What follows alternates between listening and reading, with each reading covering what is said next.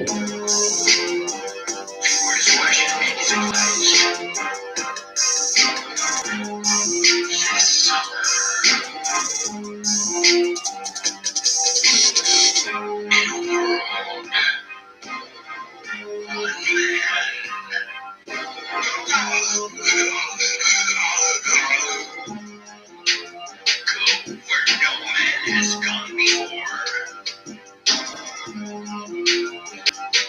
hotspot. The hotspot. Access granted.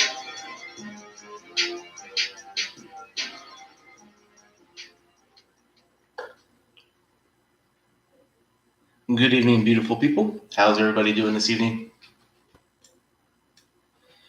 I hope everybody's having a good week. It's early. I decided, we've been having a little bit of technical difficulties at the Hotspot podshot lately. So, long story short, basically, I think, not many people have Comcast around here, and I do the Comcast hotspot, so it makes it, more difficult because I think the people moved out next door and underneath. So I have less servers to bang off of or whatever. I'm in the midst of redoing my own internet. But yeah, it's just something, I had an account with them. All the devices are set up. The Mac decided to cooperate today, connecting to the only thing connecting to the hotspot. As you can see, the laptop is out of order. Will not connect. I even tried with my phone doing the personal hotspot that way, but no such luck. And I know iPhone, you're supposed to be able to do it. It's a 6S Plus. But, it is what it is. I'm just going with the flow. And luckily, when opportunity presents itself, so you have to seize the moment. So that's pretty much what I'm trying to do. Because as you know, usually Tuesday is not a podcast day. This is my first Tuesday one ever. I think so anyway. Normally it's Monday, Wednesdays, Fridays, and occasionally on Sundays. But as you guys have known, the schedule is not solidified all the time. And that's my apologies. I should be more thorough into it, or at least, setting up a set schedule with it. But, I always advertise what I'm doing anyway via Facebook, Insta, Snap, all the little social media platforms, so you guys can listen to it as soon as possible, because these are kind of not meant to be live, because I had that question before. A lot of people ask, why do you live stream it and just don't, pre-record and then upload and do some editing and stuff?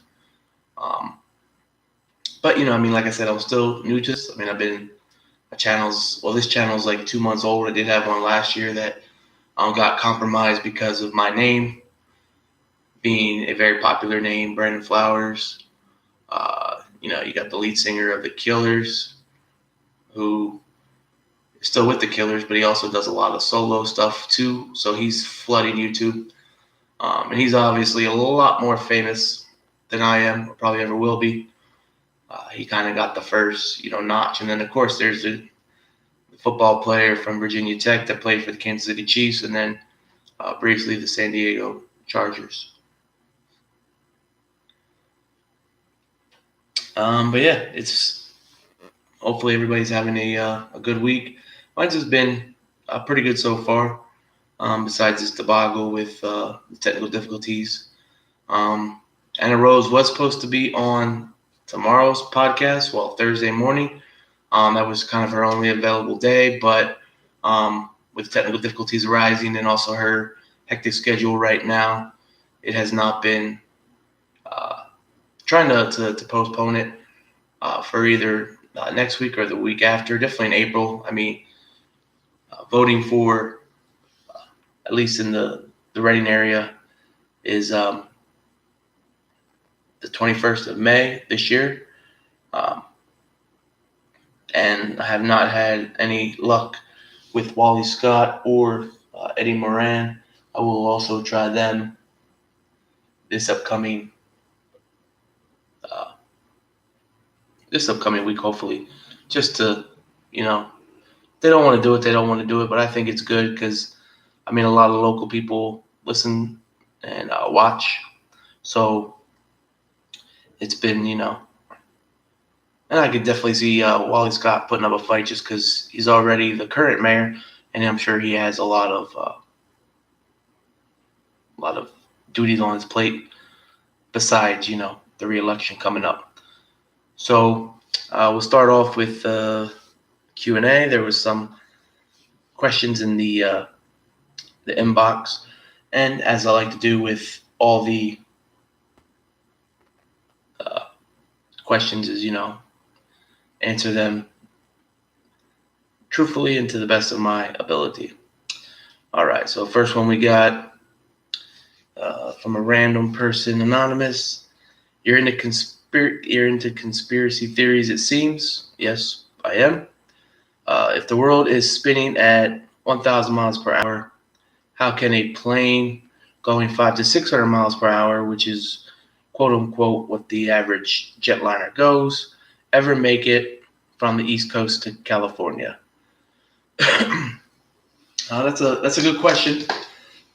And basically, the response I have as far as why the plane actually makes it to Cali is because, yes, the world is spinning at 1,000 miles per hour, but the plane is also spinning with the world at 1,000 miles an hour because of gravity. And the planes only go like 30, 35,000 feet, which seems pretty high up, but, I mean, weather balloons go up to 120, 130,000 feet, which is, almost 5 times as high, 4 to 5 times higher. So they're kind of spinning with the world. That's why when you go from the West Coast to the East Coast, let's say you're leaving California, and basically, if that principle was correct, the world's spinning at 1,000 miles an hour, you just put the plane up in the sky, and it would basically, wouldn't even have to go. It would just whoof the other way because the world's spinning. But you got to remember that the plane is also, because of gravity, the plane is also moving with the world at 1,000 miles an hour. It's kind of like, you ever notice when you're on a bus or a plane, you're up there, you can move about the cabin most times unless there's turbulence. Normally you're going 600 miles an hour, it would thrust you back in your seat. You wouldn't be able to move, but because you're maintaining that speed at, around 600 miles per hour, you're able to move about the cabin freely. So, I mean, I hope I tried to answer that to the best of my knowledge. But yes, I do get that a lot with flat Earth people. But that is basically the reason why. And hey, I mean, if you still believe the world's flat, everybody's entitled to their opinion. I mean, everybody believes what they want to believe. And in today's day and age, it's better to question stuff as you go along, because people got to wake up. Not everything is as it seems. So yeah, basically because of gravity, the plane is maintained in the atmosphere, and it's also spinning at 1,000 miles per hour. So therefore, it's able to over-concur the speed. And plus, you also have time zones. You have 24 time zones in the world. So, a 5-hour flight is actually only 3 hours because you have the time zone. So you leave, California, get to New York. It's about 5-6 hour flight, but it's 3-hour time zone. So really, it takes you about 3 hours to get there. Now, the nice, beautiful thing was, for instance, anybody remembers the Concorde? It was the big supersonic jet. One crashed. They're mainly done by Air France and British Airways. No American airline ever had them. But they could actually leave London Heathrow Airport and get to New York City with the time zones. They would actually get to New York City before the plane ever technically left at London Heathrow because of the time zone changes. So that's like right there in the essence is time travel proven to be possible, at least on a small scale. But as many people know, those planes have been they've been deformalized from aviation because, you know, 1, 2 plane crashes, people start batting eyes. Plus, it's very, very expensive. I think basic ticket probably between like $4,000 and $5,000. That's not first class. That's just coach and a Concorde. So imagine what first class is, probably 10, 12 grand. I don't know, but it's expensive and they had to make their money, but they were doing those flights every day. So, and if the earth is flat, how do you suspect people from the west coast of South America get to east coast of Australia? If the world's not, it's not a globe, circular sphere, no airplane would ever be able to make it on one tank. Because if it's flat and you're going east, that would take you 20 hours, even with the time zone difference. So, yeah, I mean, believe what you want to believe, but I mean, that's my take on it, at least. And I'm not a scientist. I don't claim to be, but that's just how I perceive it in my head, at least. I mean, I've talked to other people and they said it makes sense. So hopefully that was a sufficient enough answer for you. Basically, because of gravity. Gravity is your friend. All right, next one. Would you ever go back out with an ex? Ugh. Well, it depends on any situation. Because like I said, people grow, people adapt, people learn, people grow. I don't necessarily believe that people change. Like I said, the only things that change are time and the situations around people, which perceives that they're changing, but in reality, they're adapting. That's what human Homo sapiens, pretty much any form of human throughout the history of the earth has done: adapt, evolve, you know. But I mean, I would like to say it depends, like which one, to be honest. Because I mean, if things ended, most likely they ended for a reason. I never had any relationship that I would like fight over for again if I could. Just because you mess with reality when you start doing that. At least I think so anyway. If you go back and you say, what if I did this or what if I did that, you probably change the whole entire outcome of your life, just by one little minute detail. So, I mean, even if, time travel was in theory possible, you got to be really careful with what you're playing with. You're playing with some serious fire. So to answer that question in a nutshell, I probably would not. I mean, there's none that I can think off the top of my head that I would be like, boom, yeah, let's try again. Because, I mean, like I said, if it ended for a reason. I'm not a fan of double dipping. I mean, if there was a relationship that somebody was in and, there was like a miscommunication or something happened, then, maybe you can go back and decide if you had actually to sit down and talk with that person and decide, get back on the same page. And if you can, put your all into it again without having any, repercussions of what happened before. That's my biggest deal is, I mean, I forgive, but I never forget. So, that's something that would always be in the back of my head. But in a nutshell, no, not because, I'm an up-and-coming comedian and I'm trying to, expand myself. I don't really know who would write something like that anyway, but on to the final and last question. When did you know or want to become a comedian? Do you think you were born with it, or is it something that grows on you over time? I'm just wondering because I'm in school for broadcasting, but it's not what I thought it was going to be at all. Well, that's a very good question. I think it's a little bit of both. I think I was maybe born with it a little bit, but it's something that's definitely grown on me, especially within the past 3, 4, 5 years, I would say. Just because I mean, I've always had the ability to make people laugh in school, kind of be like the class clown or whatever you want to, you know, approximate with that. Uh, but I mean, I don't even necessarily say like, oh yeah, I want to be a comedian. It's just something that I'm pursuing because I enjoy it. I think it's fun. It's one of the greatest feelings in the world to be able to make somebody laugh. You know, you having a terrible day, terrible week, terrible month, terrible year, but you go out to a comedy club or like an open mic thing and just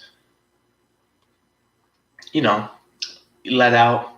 You got to work with your timing, your format, joke telling, and all that. But for the most part, you can genuinely tell if people have a interest in you based off the delegation of you know you could basically tell how good you are by the crowd in the room. I mean, I've only been doing it a little bit, but uh, like I said, I definitely think I was born with a little part of it. Um, just because, and then throughout the school years, you know, not necessarily a class clown or whatever, but just always try to make people chuckle and give them a good laugh. So yeah, I think it's a little bit of both. And I mean, I'm sorry that broadcasting isn't what you really thought it would be. This is in essence a form of broadcasting. Like I said, it's nothing I thought it was going to be either. I mean, I didn't go to school for it. I didn't really go to school for formally anything, just because I had that same exact thought in my head of, okay, I'm going to go to school for 4 years, 8 years, how many ever years you got to go to get your degree. And let's say you're going for, unless you're in like the health field, because that's something that's always growing, always expanding, and you're always going to have people sick in this world. So that's a good field to get into. But I'm more of a fan of learning like skilled trades. So kind of like because in school you learn a lot of stuff that's useful, but you also learn a lot of kind of BS, non-important stuff. But yeah, like I said, I think it's a little bit of both.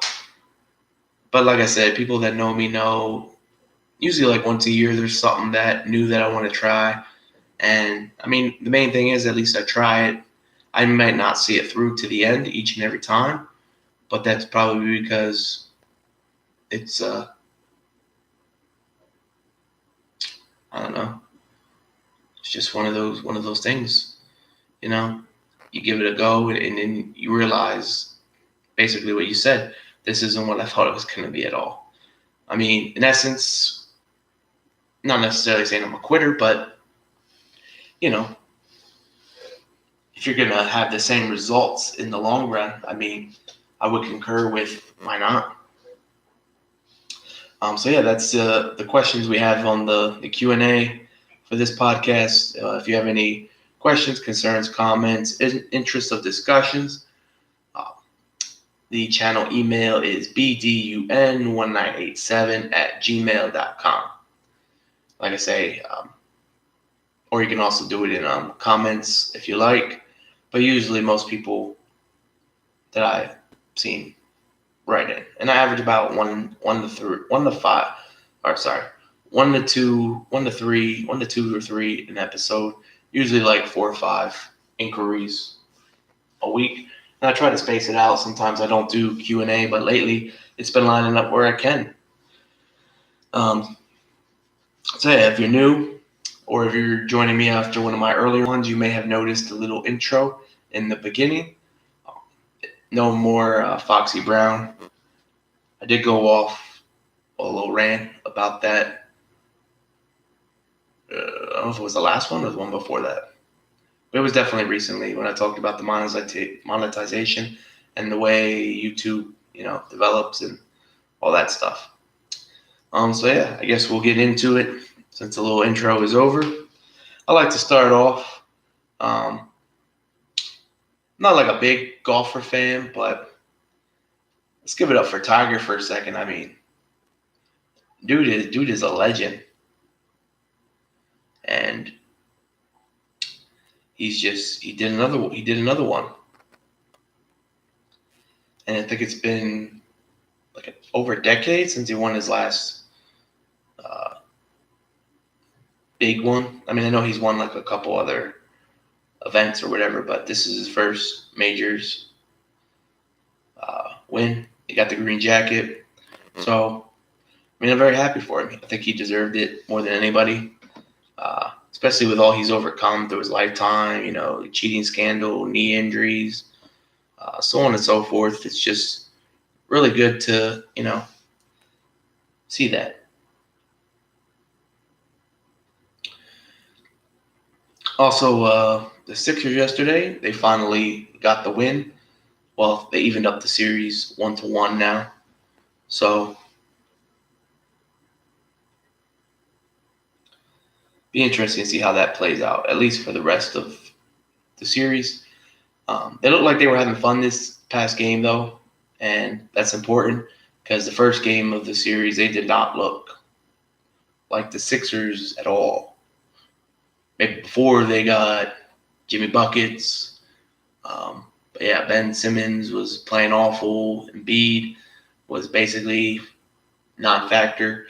So it was good to see them come back. And I know in the West Coast, people are saying it's going to change, the whole outcome of the series with that big guy going down.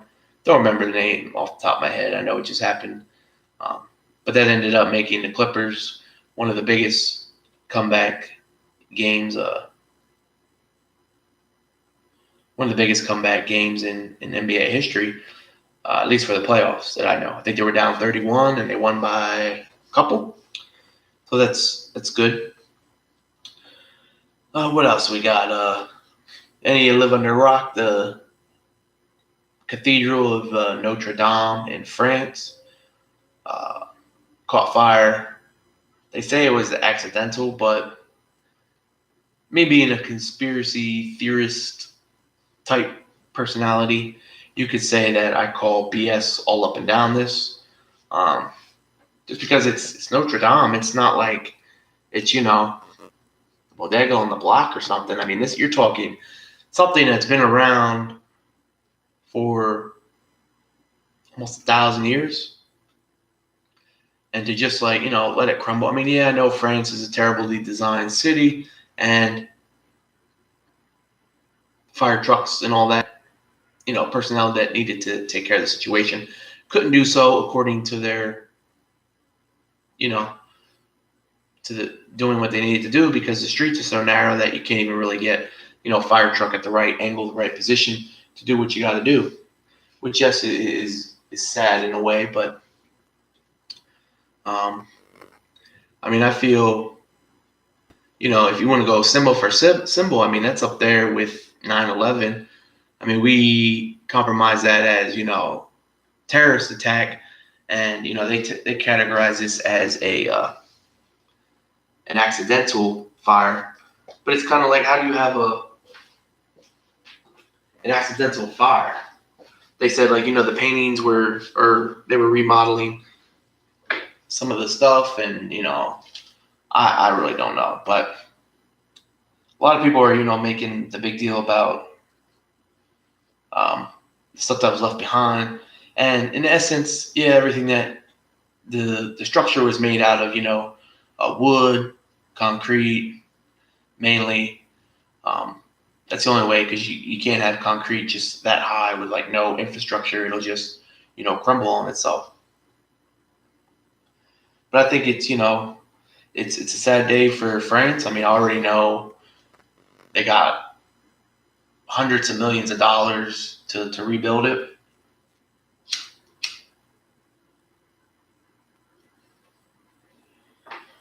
But the fact of the matter is, I mean, none of us are ever going to be, around to see that again. I mean, maybe our 2 generations down the line will, because it's, that took a long time to build. And I know it's, if not the biggest, one of the biggest cathedrals in Europe. But I know in Mexico, they would give them a run for their money, because I've been to Mexico, Guadalajara, family vacation.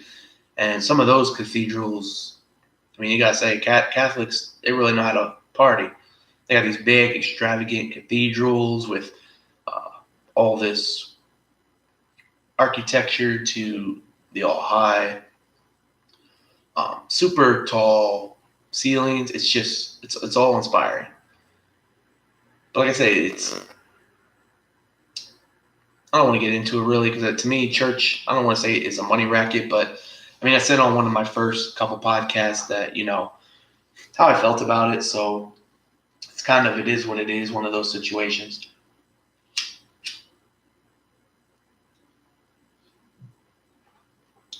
But on the flip side, or some good news, I should say, um, I am thinking of kind of redoing the studio a little bit because a lot of people have expressed the interest of, wanting to be more personable and see my face and all this. And normally I have the wonderful ISS feed up, but yeah, like I said, internet's been a little weird lately, and like I said, it's been a kind of a mush of a year, and I know that's more my own fault because last year I was, not necessarily put in situations, but last year just wasn't my year.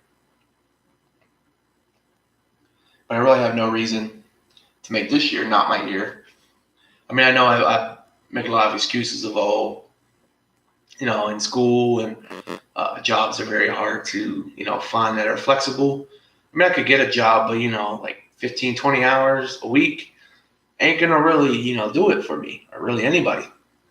Unless it's, like $15 to $20 an hour. Um, but, and yes, I also messed up because my student, when I went for the loan, I didn't really figure everything out properly. So I kind of put that one on myself. But I mean, luckily, family's been looking out. I have been finding a little bit of odd work here and there, mostly like landscaping type stuff and renovations of like landscaping stuff and yard stuff. And I mean, I don't mind it. My allergies usually bother me, but something I've dealt with, most of my life. So you just kind of deal with it. Sure, they got medicine. You could take this and that, but half of it makes you drowsy. The other half take away the allergies, but who knows what the heck you're gonna give you? Give you a rash on your leg, and then you got to itch that, and then you scrape that open. You gotta go to the doctor, get antibiotics, and you create this, ricochet effect when I would just, in essence, just have allergies.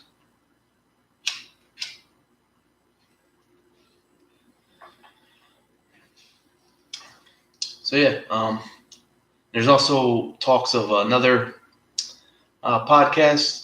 I'm looking to not really do it solo. I'd either like to have a co-host or regular guest, just because this one is just more me and the audience, me just kind of saying what's on my mind and giving you guys the opportunity to, take it for what it is. It's also just, it's good to hear something because it's like, I forget who said, I think Mark Twain said, if you don't read the news, you're uninformed. If you do read the news, you're misinformed. That sticks like really hard with me because, I mean, I don't even like really read the news. I mean, yeah, my phone been blowing up with the whole Notre Dame thing and this and that. And the news does what it's supposed to do. It provides you with a story. But then it's your job as a civilized human being to dissect that story, albeit as thorough as you feel you need to for whatever closure that whatever closure you're trying to achieve. But like I said, you can't always, believe everything you hear. And like I said, if the news is usually there too quick, or like they have, everything seems like you don't figure out the whole story in like, within an hour of being there. I don't care how many eyewitness accounts you get or what you think you saw. you gotta like let some time develop before you can just, whew, you know.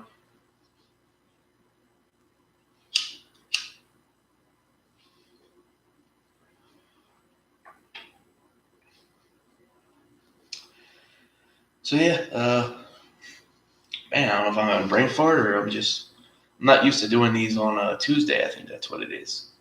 And also, I'm a little beat. Worked most of the day. Had a nice lunch with my mom. I went to Arby's. It was nice.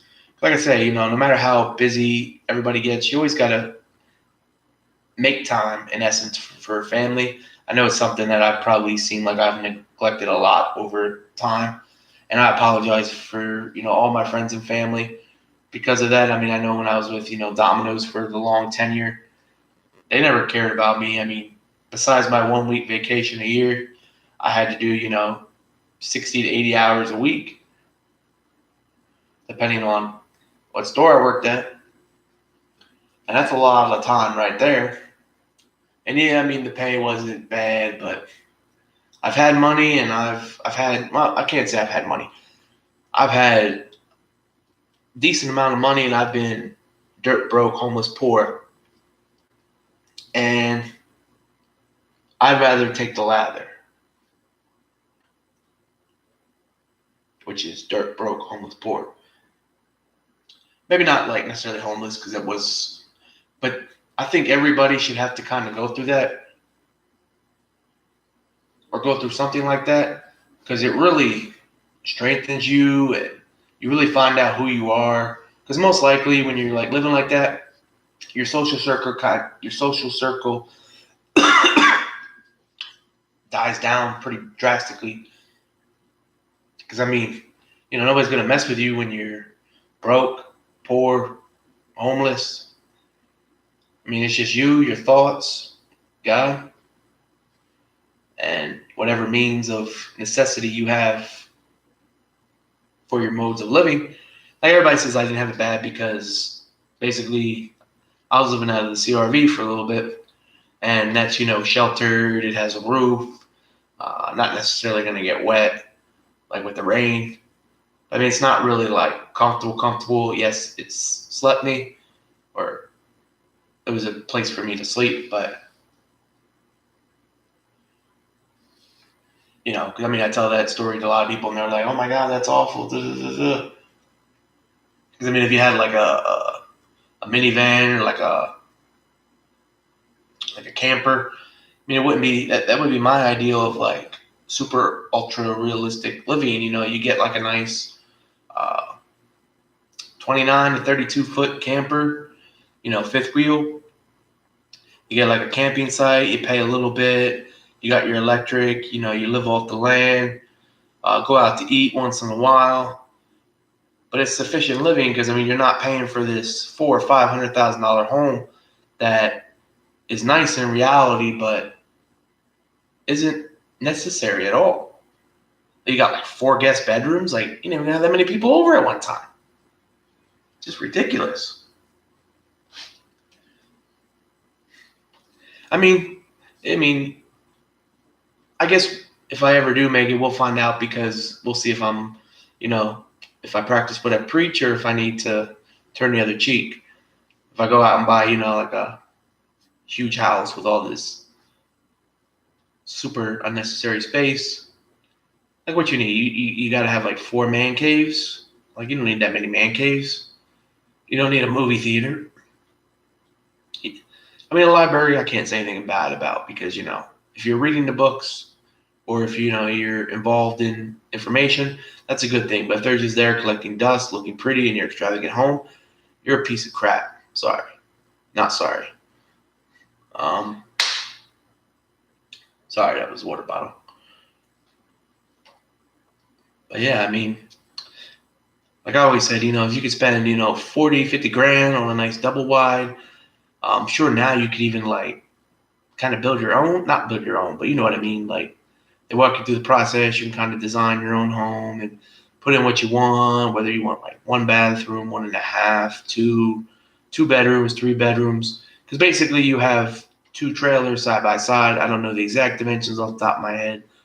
I want to say you probably have on a double wide 20, 22 feet width and length is probably pretty good.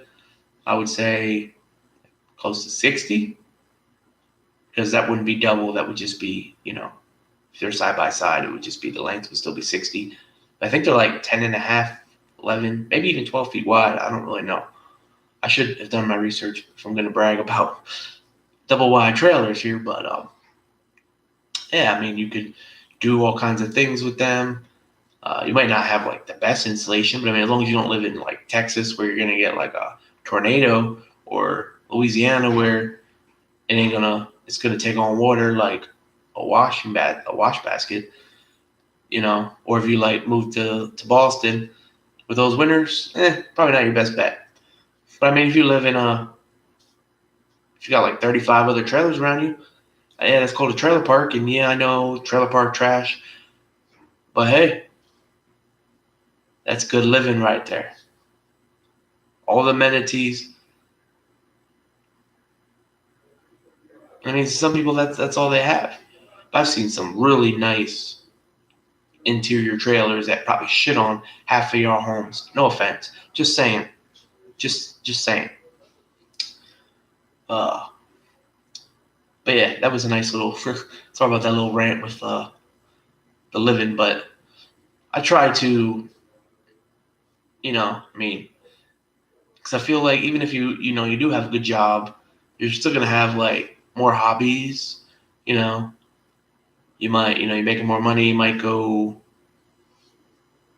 I don't know. People spend money on these days. Everybody should go to the gym or at least have a gym membership. But something crazy like car meets or something. You go rev your engine for a half hour and check out everybody else's crap. Um,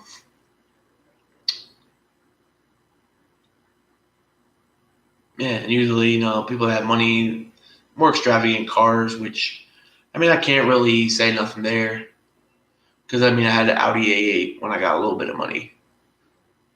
That's kind of like my first, and I mean still to this day my favorite vehicle. But yeah, with the accident and just getting screwed over with that, it pretty much worked out to car was total at that point after all the readjustments and crap. So it is what it is, though. I mean, can't go back and change anything. I probably necessarily wouldn't get one again anyway because those things are hecka pricey to maintain. Like you take your Chevy to the even to the dealer. I know most people have like their own mechanic that they go to, but let's say you take it to the dealer. Um, we'll do the same for both parties. Front end, brakes and rotors. Just it. Front end, which is the front where the engine is. Brake pads, which are the metal on metal that presses against the rotor, and when you press the brake pad, it presses together with the hydraulic oil, and the rotor is the little disc that what I just talked about, the brake pads are on. It looks kind of like a big circle with 5 holes in it, or 4 holes, depending on what kind of car you got. If you got a fancy one, it might even be cross-drilled and all this fancy stuff. But let's say you do that for both vehicles at the dealership. Because you got to remember, if you have an Audi, most likely you just can't take it to your mechanic. Your mechanic's going to be like, nah, bro, we don't do that here. So, I mean, I tried to do it, and I tried to change the brakes one time, and the whole car just went, started lifting because it has the airbags or the airbag suspension. And I was just like, holy crap, I thought I was going to wreck something. And yeah, there's all this extra kind of stuff that you got to know that you just can't do on regular cars. Anyway, you probably go to the dealer. Oh, I don't know. We'll say Chevy dealer. We'll go Chevy dealer. Yeah, Chevy's America's car. And I guess we'll do not brand new car, but we'll say 10 years old. So it's 2019, so we'll say 09. 09 Chevy Malibu. Why not? Front brakes and rotors, parts, at least 200. And labor, for that, probably another 220 to 250. So yeah, you just spent, well, I don't know. Brake pads you could probably get for like 40. The rotors are a little pricey. Those are about 60 to 80. So yeah, I mean you're looking at about, let's say they give you a little deal because you bought the car there, so you still pay like 370 for front brakes and rotors. I don't know. Call Bob Fisher tomorrow and get a quote. How much is it for front brakes and pads on an '09 Chevy Malibu?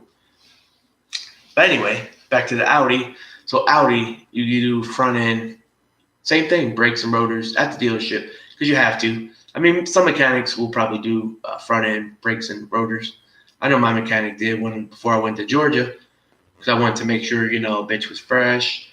Gave her oil change, new serpentine belt, front end brakes and rotors, and yeah, make sure the tires were good. And because I went straight through and I did that thing in like 11 hours and 37 minutes.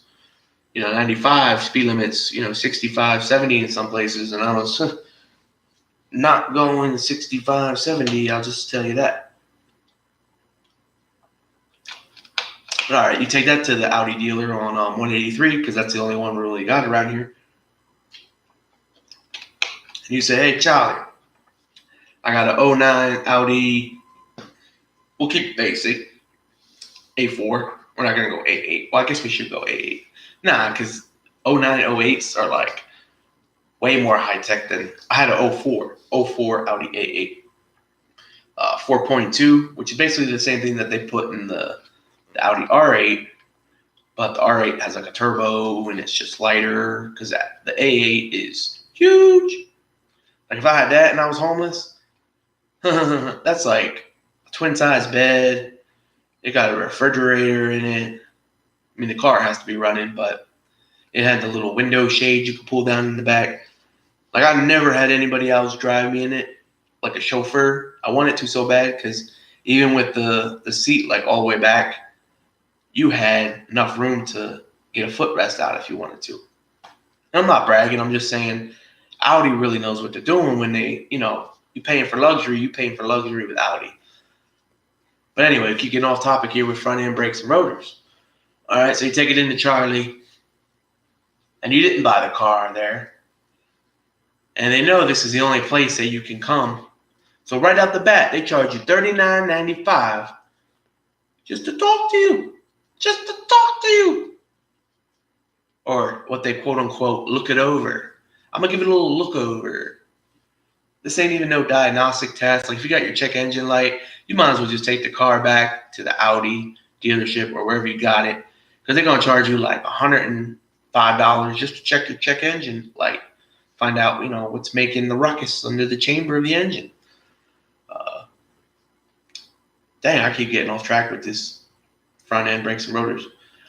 So you take it in, $39.95, just for them to give it a look over. And then you talking cheap brakes, $59.99 for the set. But you can't get cheap for an Audi A8. You got to go at least mid-grade. So you're looking at like $69.95 to like $74.99 in there somewhere. So there you got your brake pads. And then the rotors, at least for, we'll just say A4. Because '09 A4, '04 A8, I would kind of call it the same, comparison with price adjustments.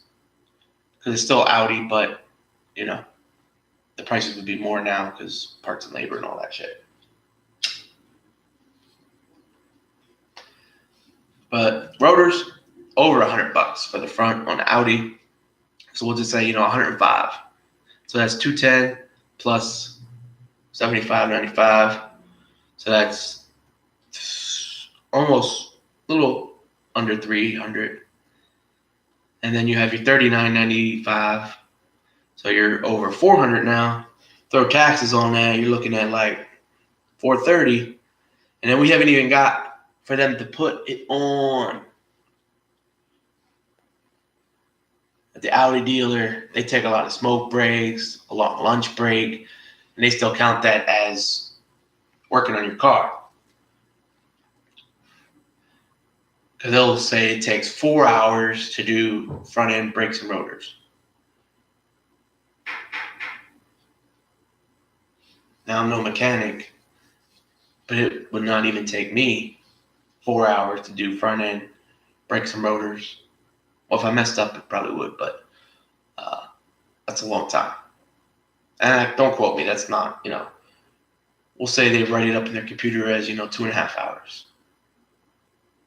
They probably have to do like an alignment to it after they put the brakes on or something. I don't know. Get more money from you, right? Oh, your air pressure's low. You want us to change it for you for $59.99?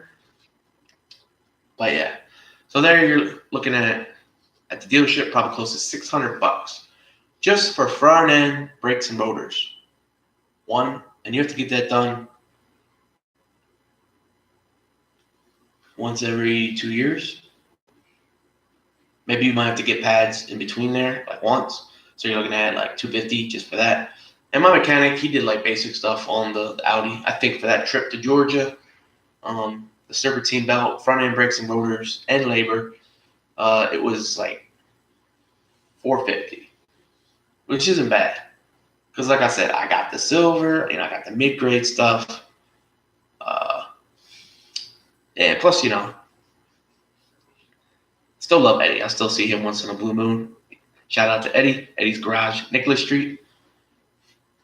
I don't have a vehicle right now, so it's kind of a good thing.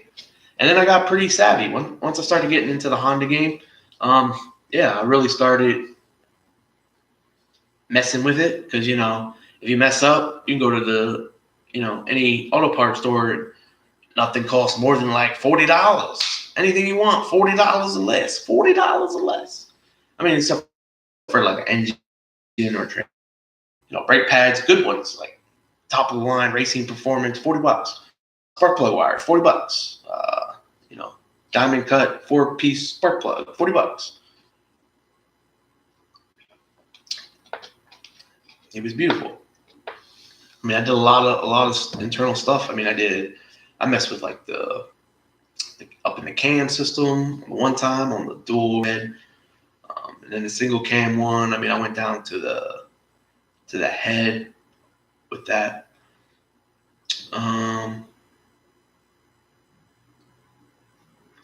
The older ones I've messed with a lot more, like in the 90s. The newer ones, not so much, because they definitely Honda's definitely stepped up their game. I mean, I was in like a 2017 Accord when they were like brand new, and that thing was like, ain't gonna lie, it was like up there with the Audi, if not, questionably a little bit better, because I mean, 2017 technology really has risen in 13 years, 14 years, whatever.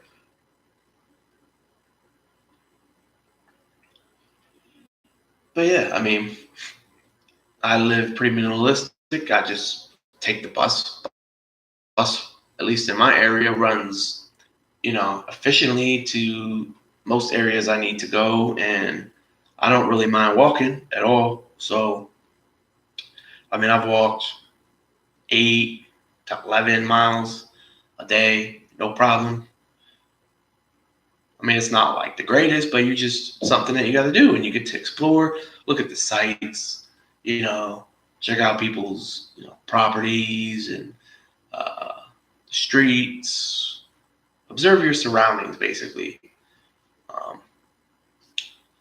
And sometimes, I'm just in that mood where I just put the headphones on. You got your head down because you're just kind of watching the sidewalk to make sure you don't like trip over anything because you're just pissed off, and that would really piss you off. So yeah, I mean, and I get it. It's good to have like goals and want to push yourself to do better. But I'm not saying you need all the fancy. Like, I can't stand that with rappers with the chains and the watches and the bling.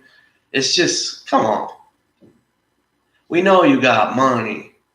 Spitting that bull crap that's getting like 100 plays on every radio station, and there's a lot of radio stations and like Spotify and Pandora and streaming platforms. And if you're getting 0.02 cents, which is a tenth of a cent, you're still making like $3,000 a minute just on your play. Like, you're not having including concert, merch.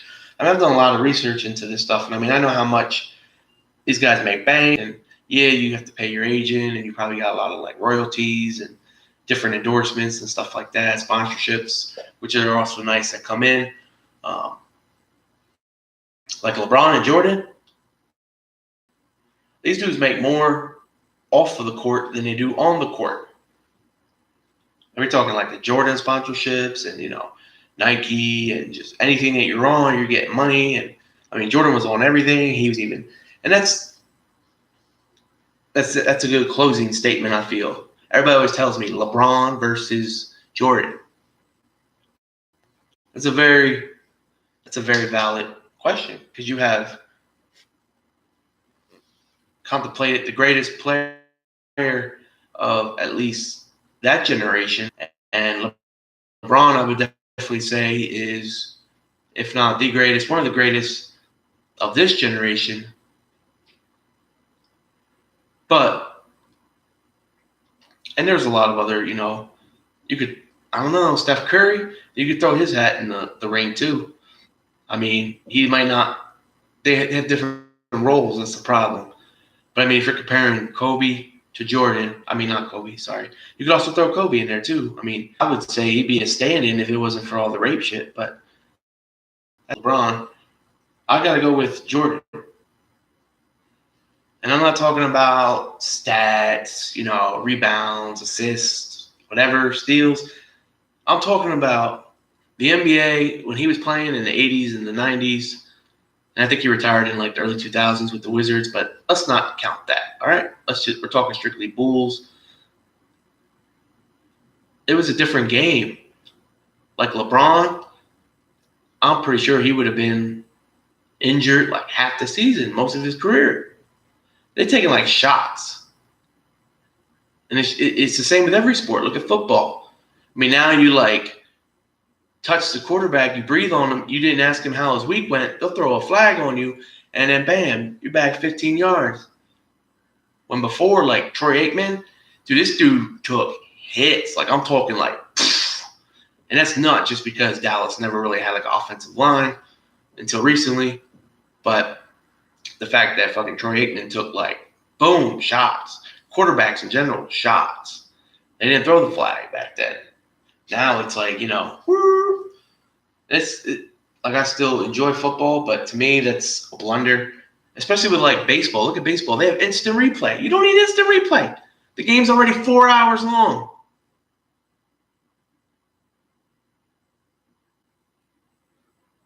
You just like made the boring sport more boring.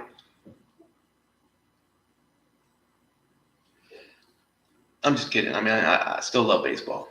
I think it's a little unnecessary. That's like one sport where, all right, you don't get it right the first time. There's no need to go back and look. But, yeah, that was my closing. I would have to, hands down, still Jordan.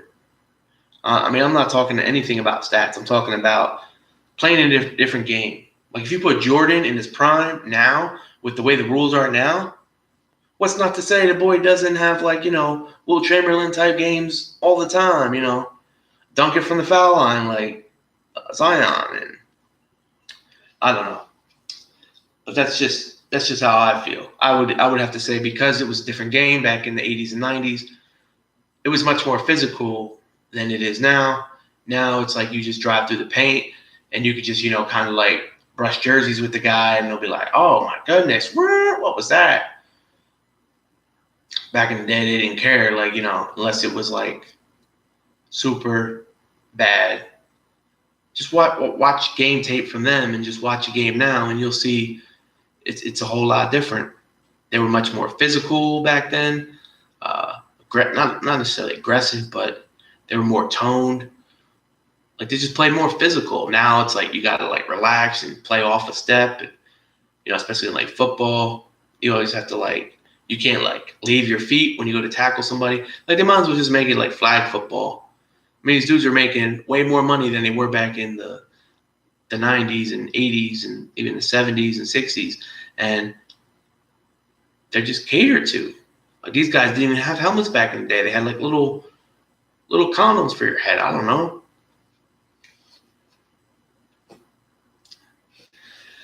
But yeah, how do you guys feel? Leave me a little comment. Let's see how it goes. Because it's interesting. I mean, I know a lot of people would say, LeBron James. But like I said, I mean, you can't count out like Steph Curry's dad. What was his name? Deli Curry. Yeah, he that's in the line too.